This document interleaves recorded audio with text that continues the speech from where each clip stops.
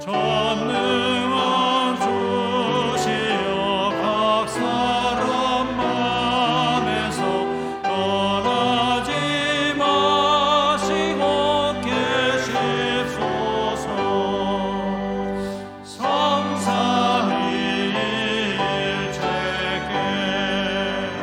한없는 찬송을 드립니다.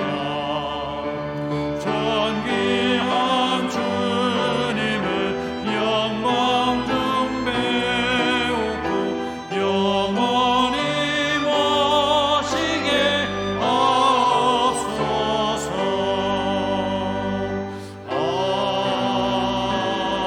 아멘.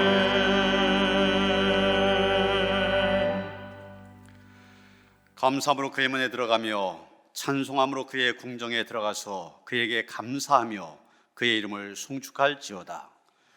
여호와는 선하시니 그의 인자심이 영원하고 그의 성실하심이 대대에 이르리로다. 영원무궁하도록 홀로 영광을 받으실 하나님, 거룩한 주일에 성도들이 성전에 모여 감사와 찬송과 영광을 올려드립니다. 예배한 성도들을 생각하사 복을 주시되 이스라엘의 집에도 복을 주시고 아론의 집에도 복을 주시며 여호와를 경외한 자마다 복을 주시옵소서. 참여한 성도에게는 평안을 주시고 연약한 심령은 굳게 잡아 주시며 우두한 자들은 진리의 말씀으로 깨우치사 지혜롭게 하여 주옵소서. 낙심한 마음에 성령의 기름을 부으사 위로가 넘쳐나게 하시며 고난과 슬픔을 이길 수 있는 굳건한 믿음을 주옵소서. 우리 예배를 받으시는 예수님의 이름으로 기원하옵나이다. 아멘.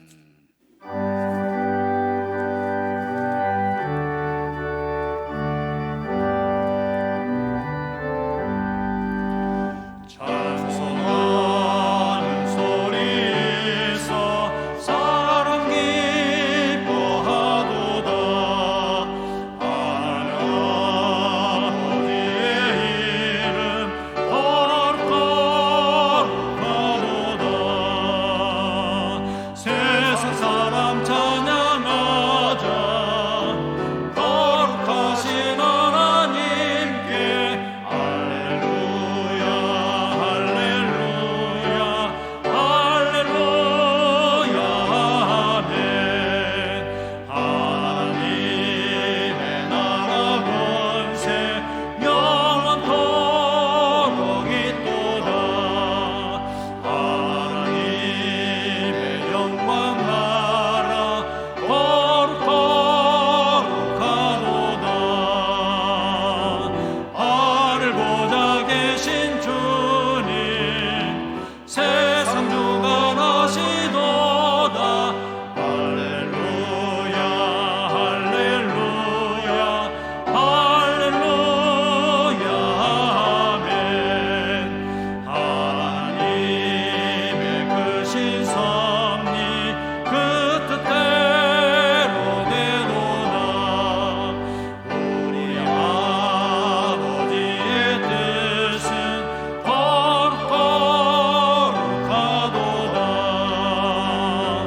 주여 속히 임하셔서 깊은 나를 주옵소서.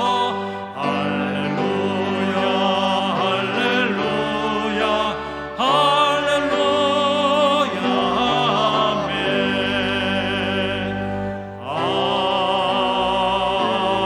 아멘.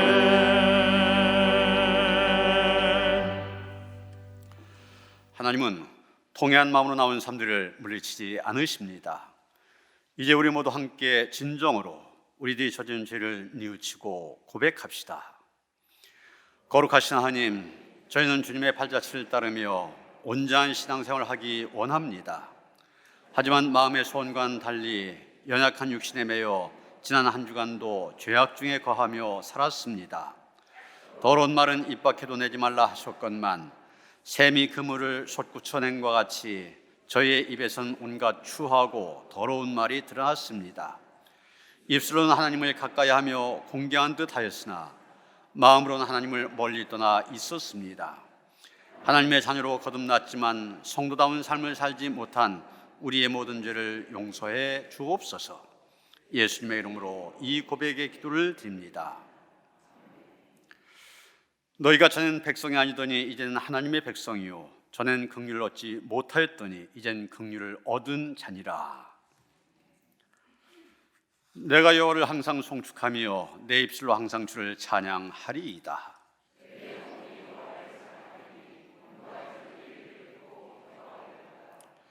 나와 함께 여호와를 광대하시다 하며 함께 그의 이름을 높이세.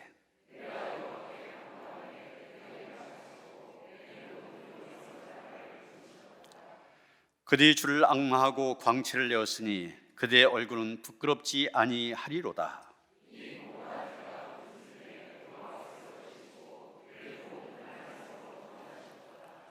여호와의 천사가 주를 경외한 자를 둘러 진치고 그들을 건지시는도다.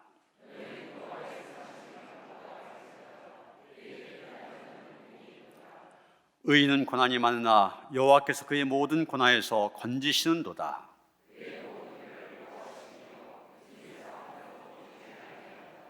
아멘.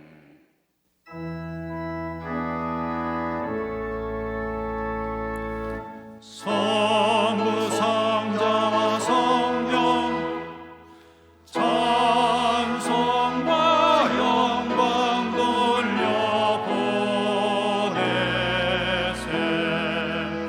태초로 지금까지 또 영원 무궁토록 성삼위께 영광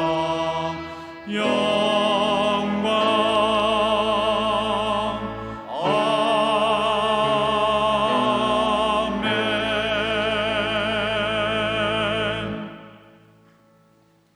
우리의 생명이 되시고 구원자이신 하나님, 이 시간 우리 모두가 마음과 뜻과 정성을 다하여 예배 드리기를 원합니다. 하나님을 갈망하는 모든 주의 백성들에게 말씀으로 성령으로 은혜로 채워 주옵소서. 노하기를 더디하시는 하나님 아버지, 우리들은 주님이 나의 삶의 주인이라 고백하지만 여전히 나의 주인은 나 자신이고 나의 주장, 나의 생각이 주님보다 앞서 있음을 용서하옵소서. 주께서 순종하겠노라 고백하면서도 세상과 타협하며 순종의 길을 걷지 못함을 용서하옵소서. 하나님과 깊은 교제 없이 습관적 예배에 익숙해져 있음을 용서하옵소서. 주님이 기뻐하시는 삶보다 세상이 주는 즐거움에 더 관심 있음을 용서하옵소서. 우리가 살고 있는 지구촌은 수많은 문제로 몸살을 앓고 있습니다. 아직도 종식되지 않는 코로나 바이러스, 홍수, 기근, 전쟁, 인플레이션으로 인한 경제적 위기, 기후 문제 등 모든 것이 우리 인간의 욕심으로부터 기인하였음에 용서를 구합니다. 하나님이 설계한 자연 질서가 회복되고 보존되는 은총을 내려 주옵소서. 자비로우신 주님, 분리개척 교회를 위해 기도하며 준비하고 있습니다. 하나님께서 예비하셨으니 새로운 예배 처소가 하나님이 기뻐하시는 구원의 방주가 되게 하옵소서. 성전 이전을 준비 중인 기쁜 우리 교회에 주께서 함께 하심으로 모든 이전 절차가 은혜롭게 잘 이루어지길 소망합니다. 나무 십자가 교회를 기억하옵소서. 비록 작은 성전이지만 사역에 온 힘을 다하고 영혼 구원에 애쓰시는 목사님에게 임마누엘의 축복을 더하여 주옵소서. 캄보디아 노년 보첸통 교회에서 선교적 사명을 다하시는 유철이 안현주 선교사님에게 건강과 지혜와 성령을 부어 주옵소서. 선교사님이 밟는 땅마다 많은 생명들이 주께로 돌아오고 복음의 지경 또한 넓혀 주옵소서. 하나님의 메시지를 전하신 목사님에게 먼저 성령으로 충만케 채워 주옵소서. 말씀의 능력이, 성령의 감동이 우리 가운데 임하게 하시고 하나님의 약속의 말씀이 나의 삶을 인도하게 하옵소서. 오늘 베풀어 주시는 은혜를 세상에 널리 전하고 나누어서 선한 정직이로 살아가게 하옵소서. 찬양으로 득성으로 주께 영광 돌릴 때 메마른 영혼의 담비가 되고 마음의 평강이 강같이 흐르게 하옵소서. 우리 삶의 주인이신 예수님 이름으로 기도드립니다. 아멘. 하늘에 계신 우리 아버지여, 이름이 거룩히 여김을 받으시오며 나라가 임하시오며 뜻이 하늘에서 이루어진 것 같이 땅에서도 이루어지이다. 오늘 우리에게 일용할 양식을 주시옵고 우리가 우리에게 죄 지은 자를 사하여 준 것 같이 우리의 죄를 사하여 주시옵고 우리를 시험에 들게 하지 마시옵고 다만 악에서 구하시옵소서. 나라와 권세와 영광이 아버지께 영원히 싸움나이다. 아멘.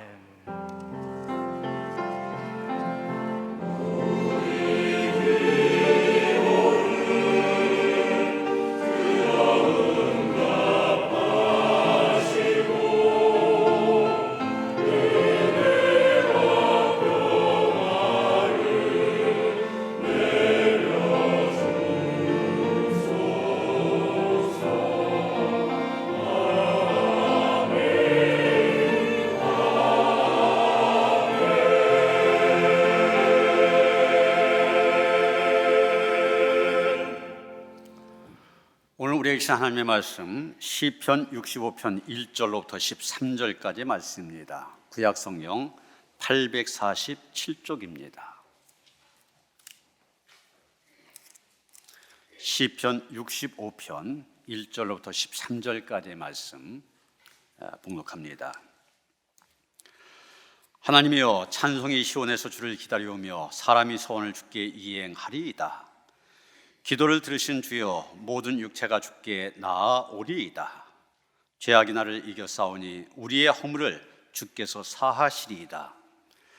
주께서 택하시고 가까이 오게 하사 주의 뜰에 살게 하시는 사람은 복이 있나이다.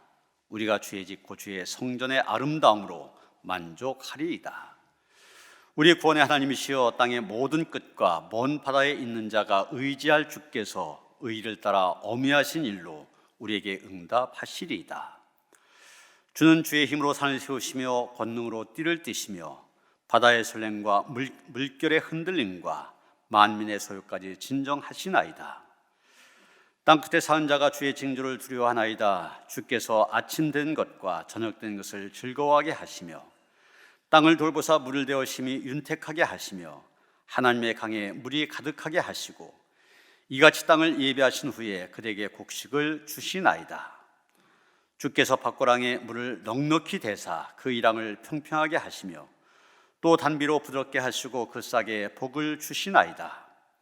주의 은택으로 한 해를 관씌우시니 주의 길에는 기름방울이 떨어지며 들의 초장에도 떨어지니 작은 산들이 기쁨으로 띠를 띄었나이다. 초장은 양떼로 옷 입었고 골짜기는 곡식으로 덮였으며 그들이 다 즐거이 외치고 또 노래하나이다. 아멘.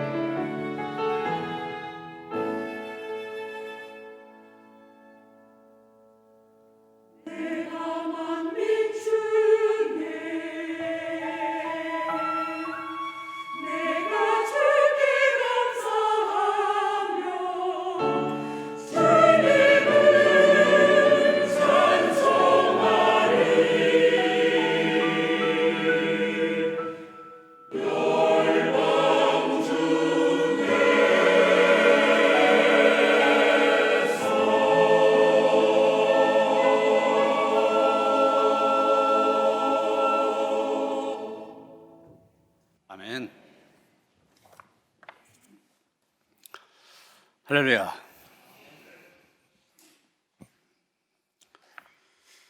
요즘에 많이 불려진 찬양 가운데 하나가 은혜 아니면 살아갈 수가 없네, 이런 특성으로도 이 자리에서 많이 불렸고 또 우리 심야 때 많이 불렀던 찬양입니다.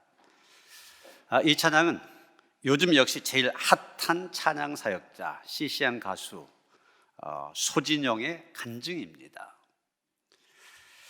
이분에 대한 이야기가 얼마 전 국민일보 겨자시간에 실렸기 때문에 먼저 그 이야기를 소개하려고 합니다.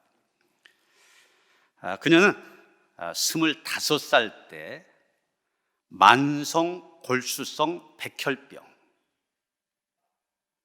그래서 시한부 진단을 받았습니다. 그런데 지금은 완치되어서 찬양사역에 헌신하고 있습니다. 그녀는 투병하는 기간 동안 자기가 4가지의 은혜를 입었다, 그렇게 얘기합니다.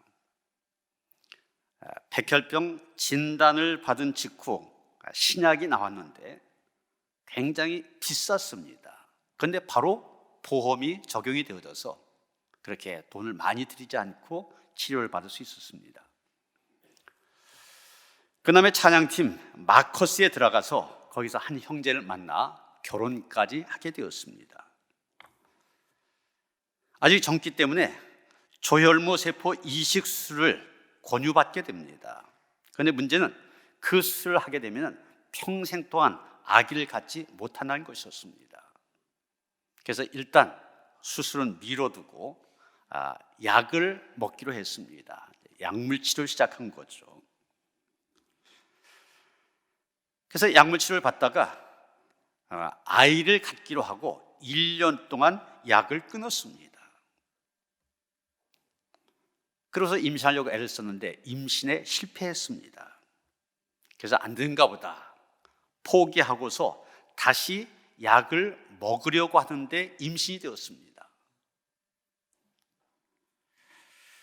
의사가 말합니다. 만약 약을 끊자마자 바로 임신이 되었으면 아기는 기형아가 되었을 거라는 겁니다. 바로 임신되지 않은 것이 은혜였습니다. 그녀는 정말 백혈병, 시한부, 사망 진단까지 받은 거 아닙니까? 그런 것을 비롯한 크고 작은 고난 많이 받았지만 모두가 주님의 은혜로 헤쳐나올 수 있었습니다. 그래서 지은 찬양이 바로 이 찬양입니다. 은혜 아니면 살아갈 수가 없네, 호흡마저도 다 주의 것이니 세상 평안과 위로 내게 없어도 예수, 오직 예수뿐이네. 크신 계획 다 볼 수도 없고 작은 고난에 지쳐도 주께 묶인 나의 모든 삶 버티고 견디게 하시네. 은혜 아니면 살아갈 수가 없네, 나의 모든 것 다 주께 맡기니 참된 평안과 위로 내게 주신 주 예수, 오직 예수뿐이네. 그렇습니다. 이 간증을 한 소진영 씨뿐만이 아니라 우리 모두 은혜로 살아가는 사람들입니다. 다른 말로 하나님께서 복을 주셔서 살아가는 존재라는 얘기입니다. 내가 잘나서 내가 똑똑해서 살아가는 것이 아니라 하나님의 은혜로 살아가는 존재들, 당연히 은혜 아니면 살아갈 수 없네, 이 찬양이 우리의 고백이 되어져야 합니다. 오늘 우리가 읽은 이 성경의 말씀 역시 믿음의 삶들, 은혜로 살아가는 삶임을 고백하는 그런 내용입니다. 11절 보시면 주의 은택으로 한 해를 관 씌우시니, 이런 말이 나옵니다. 은택, 은혜란 말과 혜택이란 말 합쳐서 은택, 이렇게 표현하고 있습니다. 그런데 주의 은택으로 한 해를 관 씌우시니 그랬습니다. 한 해를 관 씌웠다, 굉장히 문학적인 그런 표현입니다. 이 관이라고 하는 것은 임금이 쓰는 면류관을 의미합니다. 그렇다면 관을 씌웠다고 하는 것은 임금이 되게 했다, 영광을 씌웠다, 이런 뜻 아닙니까? 한 해 동안 정말 왕처럼 풍요롭게 살 수 있도록 하나님께서 인도해 주셨다는 뜻입니다. 다시 말해서 이 말은 하나님께서 우리에게 1년 내내 은택을 베풀어 주신다는 뜻입니다. 하나님께서 큰 복을 내리셔서 우리의 한 해뿐만 아니라 우리의 평생을 영광스럽게 꾸며주신다는 뜻입니다. 그러면 여러분, 중요한 것은 어떻게 하면 우리의 삶이 주의 은택으로 관씌워지는 복된 삶이 되어질 수 있느냐 하는 겁니다. 오늘 본문 시편 65편은 은택에 관을 쓰는 생활, 1년 내내 복받는 생활의 비결 5가지로 우리에게 얘기하고 있는데, 가만히 보면 사실 신앙의 가장 기본입니다. 이 신앙의 기본을 잘할 때 은택에 관을 쓰는 그런 삶을 살아갈 수 있다는 겁니다. 첫째가 은택에 관을 쓰기 위해서는 찬송 생활에 힘써야 된다고 하는 것이죠. 1절입니다. 하나님이여 찬송이 시온에서 주를 기다려오며 사람이 서원을 주께 이행하리이다, 이렇게 말하고 있습니다. 표준 세번역 성경이 좀 성경을 쉽게 풀이한 그런 성경인데, 그 표준 세번역 성경은 이렇게 말하고 있습니다. 하나님, 시온에서 주님을 찬양함이 마땅한 일이니 주께 한 맹세를 지키렵니다. 종교개혁자 켈빈도 그래서 본문을 이렇게 해석했습니다. 하나님의 백성이라면 마땅히 하나님을 찬송해야 된다는 필연성을 말하는 것이다. 마땅히, 필연성. 하나님을 찬송하는 것이 마땅하다는 것입니다. 여러분, 여기 시온은 예루살렘 성전을 가리킵니다. 오늘날로 말하면 교회를 가리킨다, 이렇게 말할 수 있을 것입니다. 하나님께서는 시온, 즉 교회에 모여서 하나님을 찬양한 것 당연한 일이라 그렇게 얘기하고 있는 것입니다. 그래서 하나님은 이스라엘의 찬송 중에 거하신다고 하셨습니다. 하나님은 찬미의 제사를 정말 기쁘게 받으시고 계십니다. 어떤 헌물보다도, 어떤 큰 재물보다도 하나님은 찬미의 제사를 기쁘게 받아주신다고 하셨습니다. 그러기에 우리는 목청을 가다듬고 목소리 높여 찬양해야 됩니다. 다윗은 새로운 찬송을 가지고 하나님 앞에 나아가 전심으로 찬송 부르기로 작정했습니다.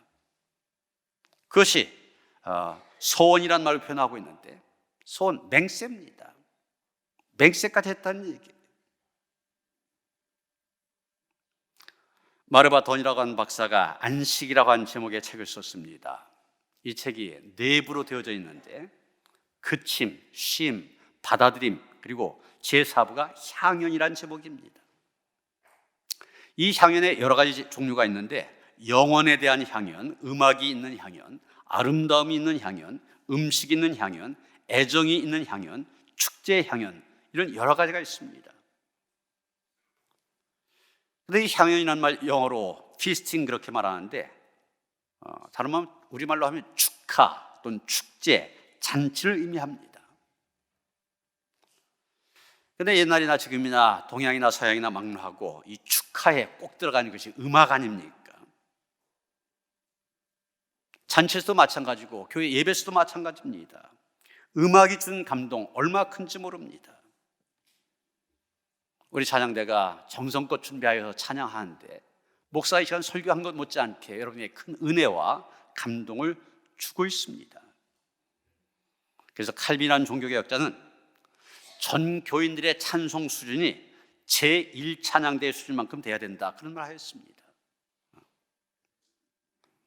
우리 찬양대가 열심을 다하여 준비하고 최선의 찬양을 드리는 것처럼 이 자리에 앉아있는 우리 모두도 그런 찬송을 하나님께 올려드려야 된다는 얘기입니다. 우리는 찬송 속에 살아야 됩니다. 그럴 때 은혜 안에 살게 된다. 은택의 관을 시음받게 된다는 것입니다. 두 번째, 은택의 관을 쓰기 위해서는 기도 생활에 힘써야 됩니다. 찬송 생활이나 기도 생활 가장 기본적인 거 아닙니까?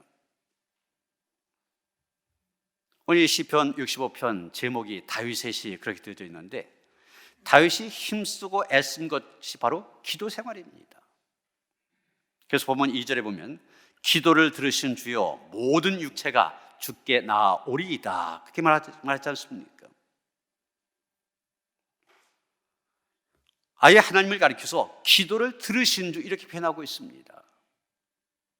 다윗이 하나님을 이렇게 표현할 수 있었던 거, 실제로 그 기도의 응답을 자기가 수없이 체험했기 때문입니다.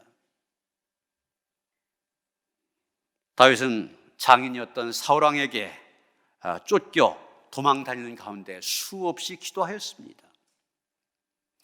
아들 압살롬이 반란을 일으켜서 역시 도망 다닐 때 그때도 간절히 기도하였습니다. 갈빈 또 강조하기를 하나님은 우리의 기도를 들어주실 수밖에 없으신 분이다, 그런 말 하였습니다.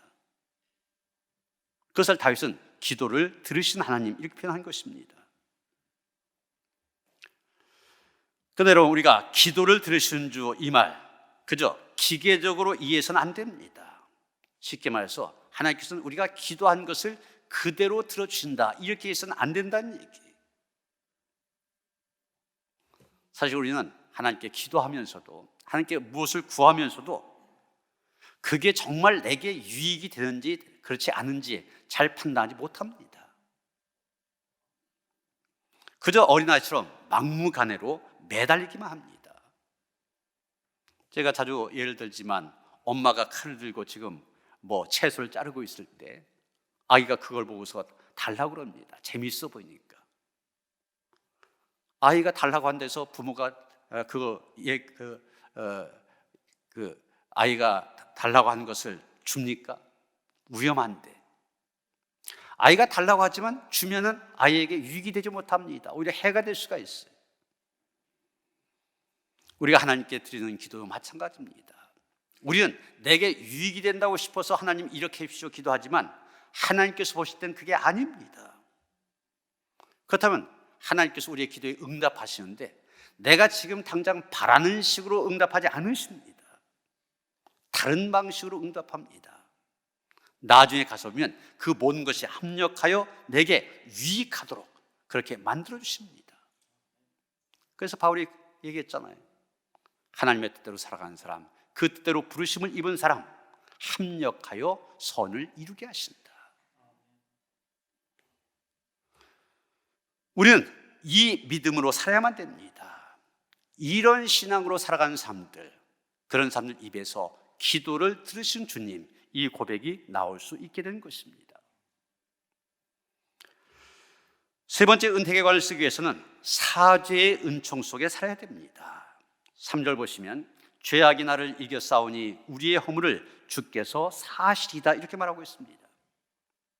여러분, 이 말씀도 우리가 잘 이해해야 됩니다. 죄악이 나를 이겨 싸우니 그랬지 않습니까? 무슨 얘기입니까? 죄악이 나를 이겨서 나는 멸망받을 수밖에 없는 존재라는 얘기입니다. 그런데 허물을 주께서 사하시다. 주님께서 용서해 주셨다는 뜻입니다.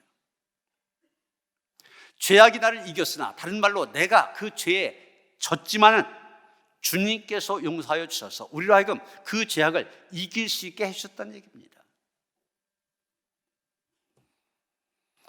종교개혁자 마틴 루터가 유명한 말을 했습니다. 굉장히 역설적인 말인데 우리 기독교인은 어떤 존재냐?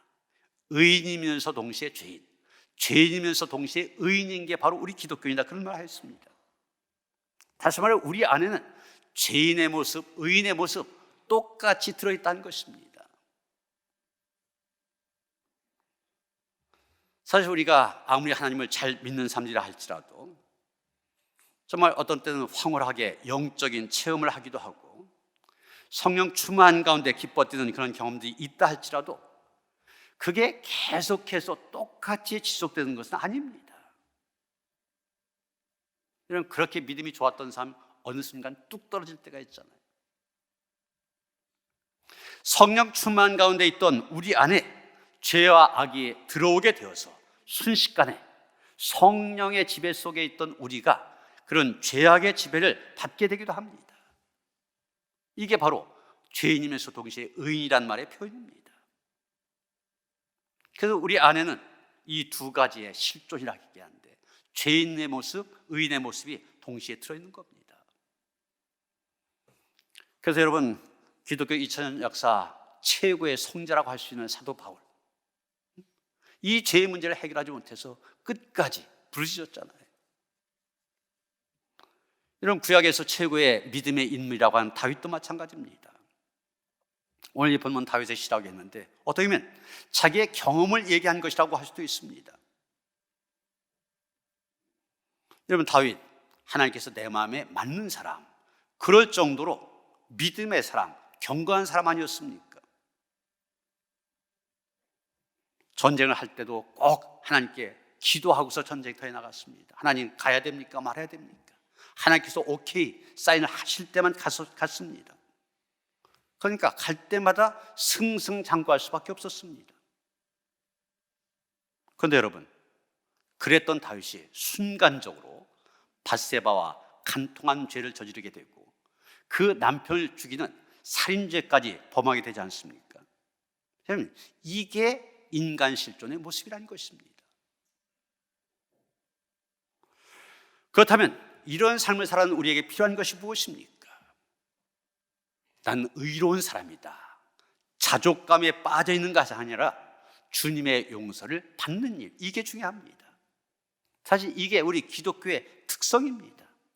모든 인간은 죄인이기 때문에 하나님께로부터 용서를 받아야 된다.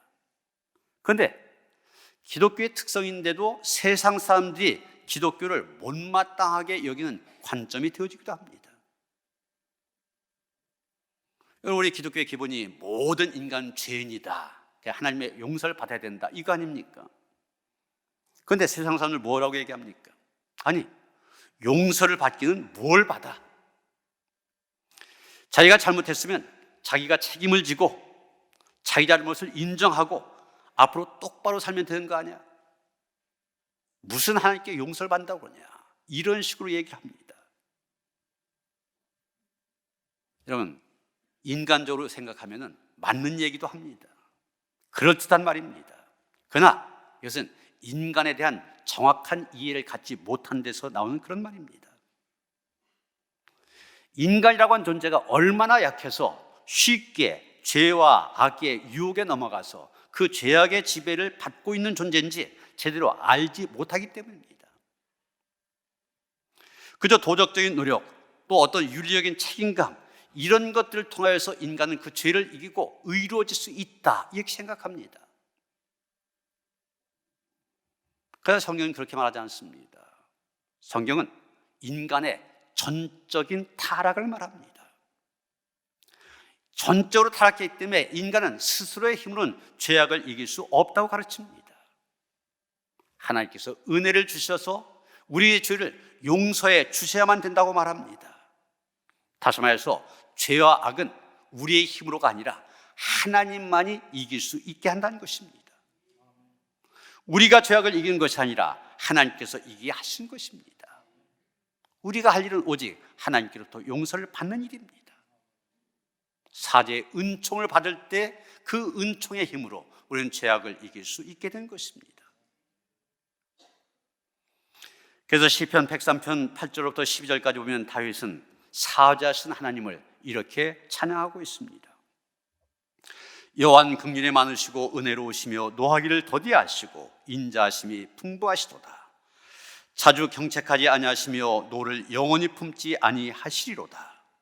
우리의 죄를 따라 우리를 처벌하지는 아니하시며 우리의 죄악을 따라 우리에게 그대로 갚지는 아니하셨으니 이는 하늘이 땅에서 높음같이 그를 경외한 자에게 그의 인자하심이 크심이로다. 동이 서에서 먼 것 같이 우리의 죄가를 우리에게서 멀리 옮기셨으며. 여러분, 동쪽과 서쪽은 영원히 먼 거리입니다. 이 동과 서는 영원히 만날 수 없습니다. 그렇게 멀찌감치 우리의 죄가를 옮겨 놓으셨다는 얘기입니다. 우리는 이 사죄의 은총을 받은 사람들입니다. 이 사죄의 은총을 받은 사람들이기 때문에 은택의 관을 씌우며 살아갈 수 있는 것입니다. 네 번째, 은택의 관을 쓰기 위해서는 하나님께 가까이 나아가야 됩니다. 4절 말씀 보시면 주께서 택하시고 가까이 오게 하사 주의 뜰에 살게 하시는 사람은 복이 있나이다. 우리가 주의 집 곧 주의 성전의 아름다움으로 만족하리이다, 이렇게 말하고 있습니다. 여기 주의 뜰이 나오는데 주의 뜰에 살게 하신 사람 복이 있다. 여러분, 옛날 구약시대 예루살렘 성전은 성전을 들어가면 일단 뜰이 있습니다. 유대인의 뜰이 있고 여인의 뜰이 있고 이방인의 뜰이 있고 제사장의 뜰이 있고, 거길 들어가면은 성소, 지성소가 나옵니다. 이 뜰도 다 성전에 포함이 되는 거예요. 그렇기 때문에 이 주의 뜰, 지금 말로 하면 교회입니다. 그런데 주의 뜰에 살게 하시는 사람, 뭐 교회 안에 사는 사람만 얘기하는 것이 아니죠.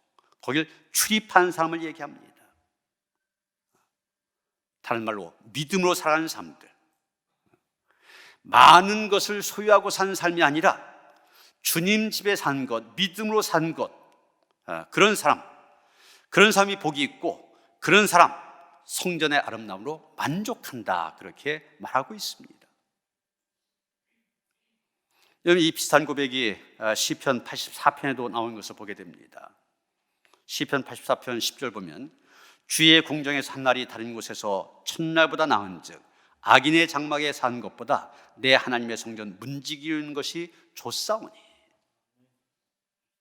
부자가 되어서 굉장한 집에 사는, 못된 짓 해서 굉장한 집에 사는 것보다도 하나님의 성전 문지기로 사는 것이 좋다.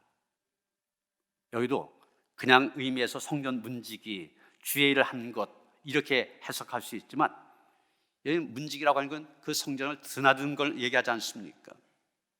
성전의 발을 딛는 사람, 역시 믿음으로 살아가는 것을 얘기하는 것입니다. 그 성전을 문을 열고 들어온 사람이 복이 있다는 겁니다. 우리는 다윗이 그렇게도 사모하던 성전에 힘써 나와야 됩니다. 예수님은 12살 때 예루살렘 성전에 오셨습니다. 그런데 행사 끝나고 다른 사람들은 다 집으로 돌아가도 예수님은 성전을 떠나지 않으셨습니다. 사실 성전 바깥에만 나가면 그때가 6월절이기 때문에 얼마 많은 사람들이 거기에 옵니까? 사람 구경도 하고 구경할 거 많았을 겁니다. 가보고 싶은 데도 많았을 겁니다. 그런데 다른 데 가지 않고 성전을 떠나지 않았습니다. 예수님을 다시 찾아온 본인들에게 예수님 뭐라고 하셨습니까? 어찌하여 나를 찾으셨나이까? 내가 내 아버지 집에 있어야 될 줄을 알지 못하셨나이까? 하나님께서는 하나님의 자녀들이 하나님 앞에 모여든 것, 하나님의 존전에 모이는 것을 기뻐하십니다. 하나님의 그런 간절하신 마음을 아가서 2장 14절에 이렇게 표현하고 있습니다. 바위 틈 낭떠러지 은밀한 곳에 있는 나의 비둘기야, 내가 내 얼굴을 보게 하라. 내 소리를 듣게 하라. 내 소리는 부드럽고 내 얼굴은 아름답구나. 하나님은 사랑하는 자녀들로 하여금 그의 얼굴을 보게 하라, 내 소리를 듣게 하라, 그렇게 말씀하십니다. 하나님께 가까이 나아가 우리의 얼굴을 보여드려야 됩니다. 우리의 소리를 듣도록 해야만 됩니다. 그럴 때 하나님께서 우리에게 은택의 관을 씌워주신다 한 것입니다. 마지막 5번째, 은택의 관을 쓰기 위해서는 하나님만 의지해야 됩니다. 5절 말씀입니다. 우리 구원의 하나님이시여 땅의 모든 끝과 먼 바다에 있는 자가 의지할 주께서 의를 따라 어미하신 일로 우리에게 응답하시리이다. 이 말씀도 좀 쉽게 번역된 표준 세번역으로 보면 이렇게 되어 있습니다. 우리를 구원하신 하나님 주께서 놀라운 행적으로 정의를 펴시며 우리에게 응답하여 주심으로 땅 끝까지, 먼 바다 끝까지 모든 사람이 주를 의지합니다. 주님은 의지한 것을 가장 강조하고 있습니다. 땅 끝에 사는 모든 사람들, 먼 바다 넘어 살아가는 모든 사람들, 하나님만 의지합니다. 하나님을 의지할 때 우리는 은혜 안에 거할 수가 있습니다. 은택의 관을 쓸 수 있게 된 것입니다. 알맞게 채워주신 은혜, 이런 제목의 글에 나오는 이야기입니다. 알맞게 채워주신 은혜. 지금부터 한 40, 50여 년 전 미국의 한 신학교에서는 모든 과목의 논문을 타자기로 쳐서 제출해야만 그것을 받아 주었다고 그럽니다. 컴퓨터가 나오기 전이었으니까 타자기로 썼었죠. 그때 유학 간 한 학생이 있었는데 타자기를 살 돈이 없습니다. 그러다 보니 도서관과 친구들에게 타자기를 빌려서 논문을 쓰곤 했습니다. 그런데 어느 날 도서관에서도 또 친구들로부터 타자기를 더 이상 빌려줄 수 없다, 이런 통보를 받게 됩니다. 돈이 없는 이 유학생, 참 큰일이었습니다. 바로 그때 시내에 있는 한 미국인 교회에서 주일날 설교를 해달라, 그런 요청이 들어왔습니다. 그는 의인은 믿음으로 말미암아 살리라, 이런 제목의 설교를 하였습니다. 예배가 끝난 다음 성도들은 지난 10년 동안 이런 설교 들어보지 못했다고 감사를 표시하였고, 그 가운데 한 중년의 남자 성도가 다가와 은혜를 크게 받았다고 그러면서 악수를 청하였습니다. 그런데 악수를 하는데 손바닥에 뭐 찔리는 게 있습니다. 펴봤더니 조그맣게 접힌 종이가 있었습니다. 단순한 종이가 아니라 $50짜리 수표였습니다. 그 성도는 태연하게 말합니다. 하나님께서 당신에게 드리라고 해서 드린 것뿐입니다. 그 당시 타자기의 가격이 $49.95였다고 그래요. 그래서 알맞게 채워주신 은혜입니다. 알맞게. 우리가 일생 주의 뜰에 살려고 힘쓰면, 주님을 가까이 하려고 하면 하나님께서는 성전의 아름다움과 하늘의 신령한 은사로 가득 채워 주십니다. 은택의 관을 씌워 주시는 것입니다. 오늘 본문 이 시편 65편, 이게 언제 부른 노래일까?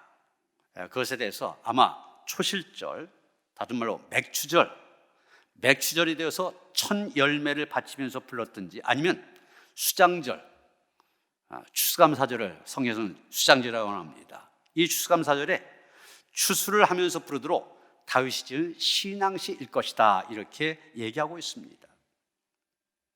그는 풍성한 곡식을 거둬들이면서 감사의 노래를 불렀던 것입니다. 우리도 곧 추수감사절을 맞이하게 됩니다. 이 추수와 감사의 계절을 지내면서 우리 역시 감사의 노래를 부를 때 하나님께서 본문의 말씀, 약속하신 것들 그대로 이루어 주실 것입니다. 어떻게 보면 오늘 본문 전체를 읽다 보면 한 폭의 아름다운 그림과 같은 느낌을 갖게 됩니다.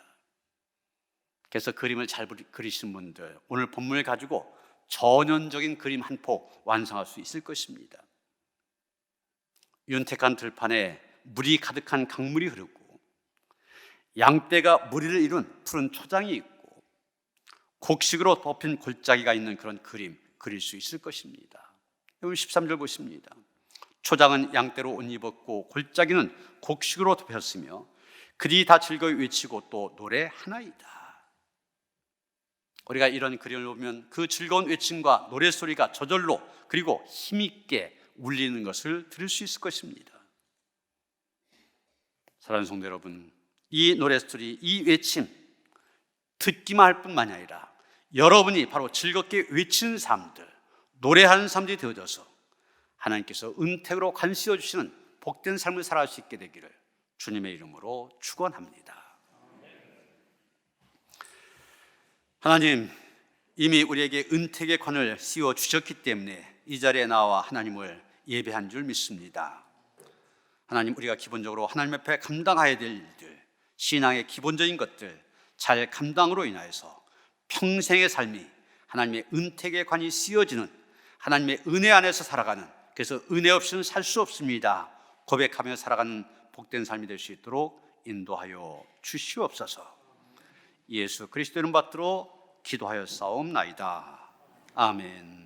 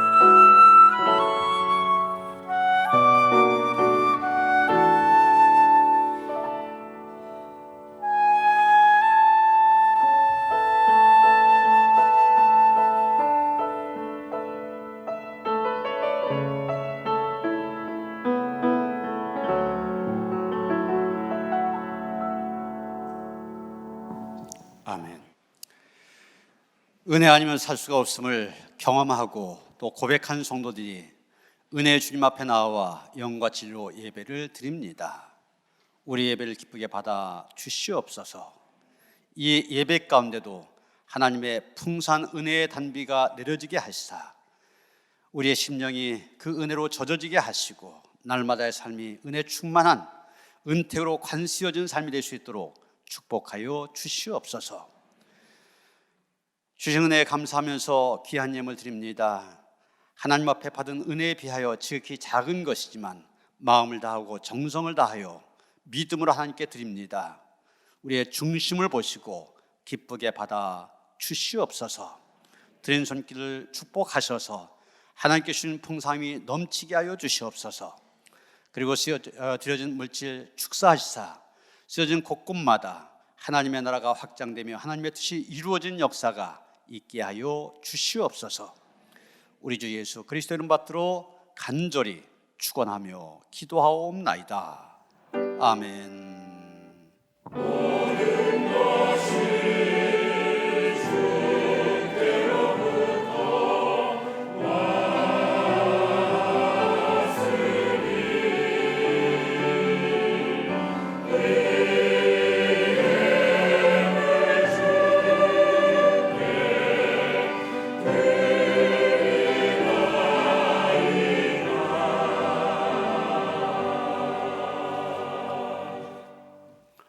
평화의 살 나누시겠습니다. 주님 주신 평화 함께 하시기 바랍니다. 서 인사하시겠습니다. 지금부터 2022년 노년교회 장학생으로 선발된 장학생들의 장학증서와 장학금 수여식을 시작하겠습니다. 호명하는 학생들은 앞으로 나와주시기 바랍니다. 고등학생입니다. 이채림, 김은혜, 김준서, 이선용, 김진서, 김시윤, 진승유, 박정현, 신준영, 유아영. 이상 고등부 10명입니다. 다음은 대학생 김소정, 나은비, 최우리, 윤예지, 김서연. 이상 5명은 노년교회 청년부에 출석하는 청년들입니다. 담임 목사님께서 고등학생 10명, 대학생 5명의 학생에게 장학증서와 장학금을 수여하도록 하겠습니다.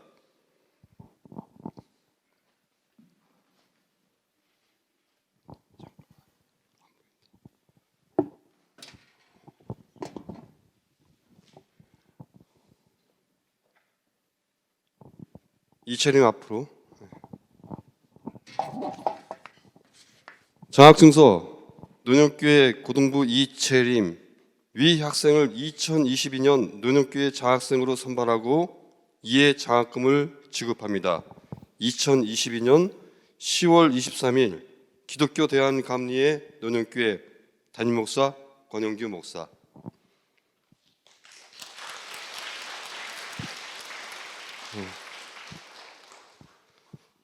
장학증서 김은혜 이와 내용 같습니다. 장학증서 김준서 이와 내용 같습니다.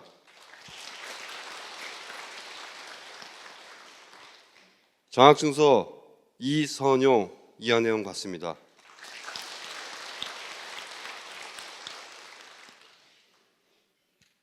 장학증서 김진서 이하 내용 같습니다. 장학증서 김시은 이하 내용 같습니다.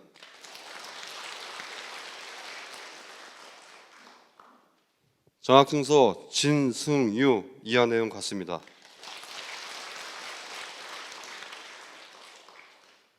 장학증서 백정현 이하 내용 같습니다.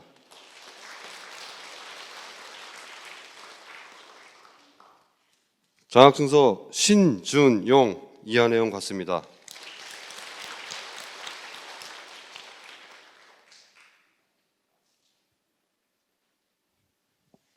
장학증서 유하영 이하내용 같습니다.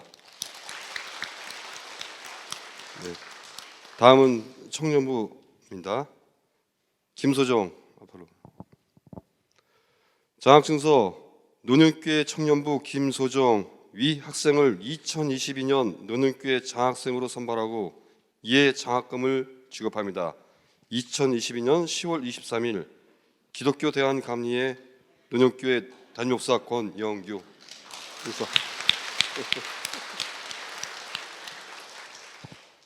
장학증서 나은비 이하내용 같습니다. 장학증서 최우리 이하내용 같습니다. 예.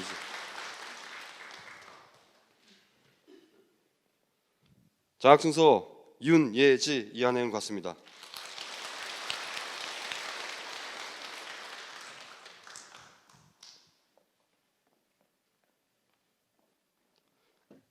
장학증서 김서연 이하내용 같습니다. 예, 맞죠. 예, 인사하겠습니다. 예, 자리 돌아가시면 됩니다.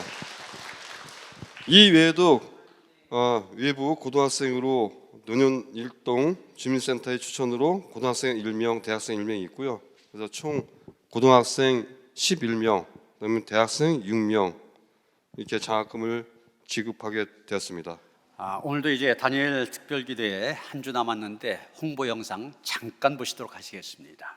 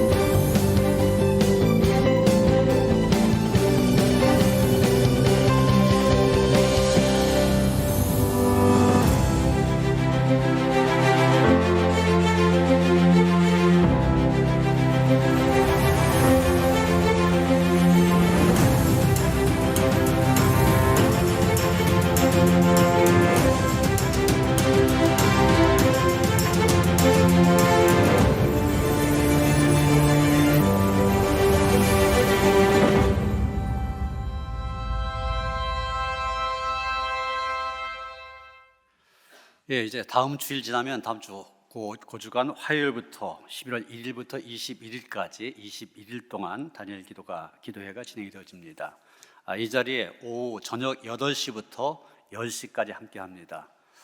그래서 이 다니엘 기도회 기간 동안은 다니엘 기도에 집중하도록 하기 위해서 새벽에 따로 모이지 않고 또 수요예배, 심야 기도에 따로 모이지 않습니다. 그래서 이 다니엘 기도에 집중하여서 함께 은혜를 나누도록 그렇게 여러분 준비하시고 기도하시길 바랍니다. 여러분 그 주보 안에 이런 기도 카드 다 있는 걸 보셨을 겁니다. 거기에 보면은 개인 기도 제목을 쓸 수 있도록 되어 있고 또 가정과 교회를 위한 기도 제목 4가지씩을 쓸 수 있도록 되어 있습니다.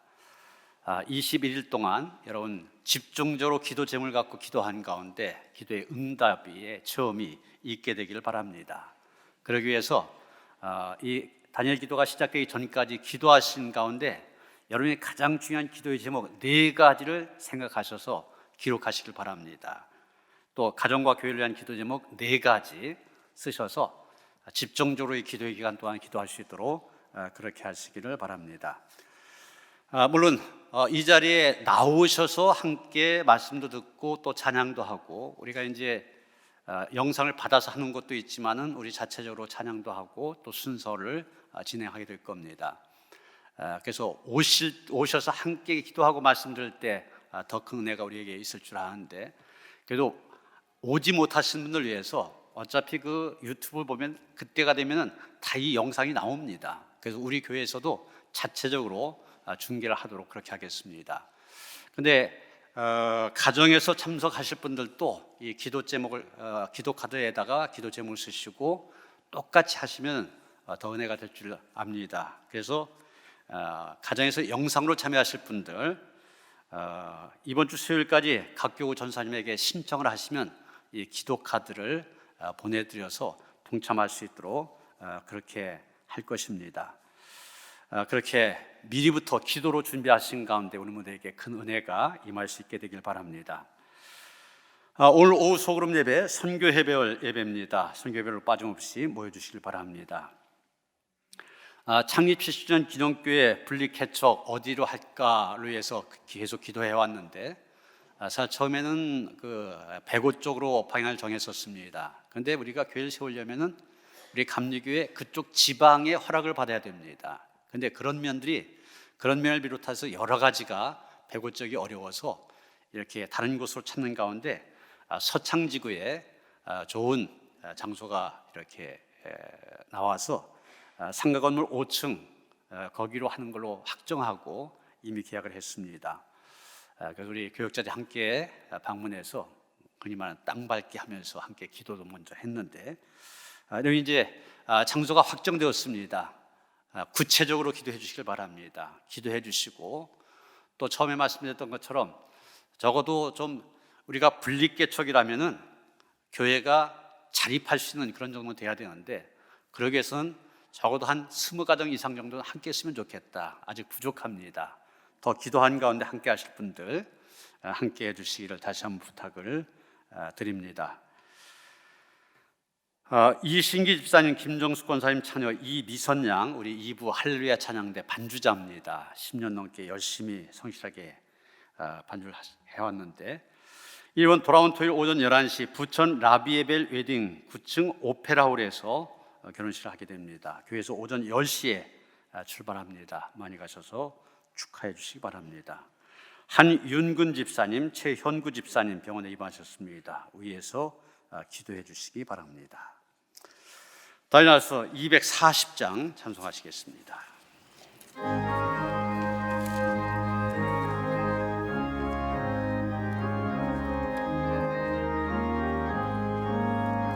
주가 맡긴 모든 역사 힘을 다해 마치고 밝고 밝은 그 아침을 맞을 때 요단강을 건너가서 주의 손을 붙잡고 기쁨으로 주의 얼굴 배우리 나의 주를 내가 그의 곁에 서서 배우며 나의 주를 손에 못자국을 보아 알겠네. 하늘 날아 올라가서 주님 앞에 절하고 온유하신 그 얼굴을 배울 때 있을 곳을 예비하신 쓰신 사랑 고마워 나의 주께 기쁜 찬송 드리리. 나의 주를 내가 그의 곁에 서서 배우며 나의 주를 손에 못자국을 보아 알겠네. 이 세상을 일찍 떠난 살아가는 성도들 나를 맞을 준비하고 있겠네. 저희들과 한 소리로 찬송 부르기 전에 먼저 사랑하는 저를 배우리. 나의 주를 내가 그의 곁에 서서 배우며 나의 주를 손에 못자국을 보아 알겠네. 영화로운 시온 성에 들어가서다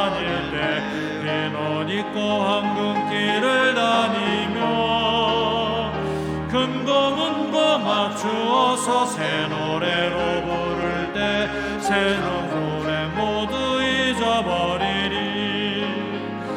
나의 주를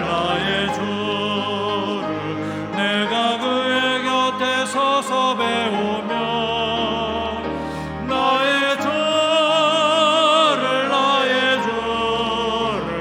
손에 못자국을 보아 알겠네.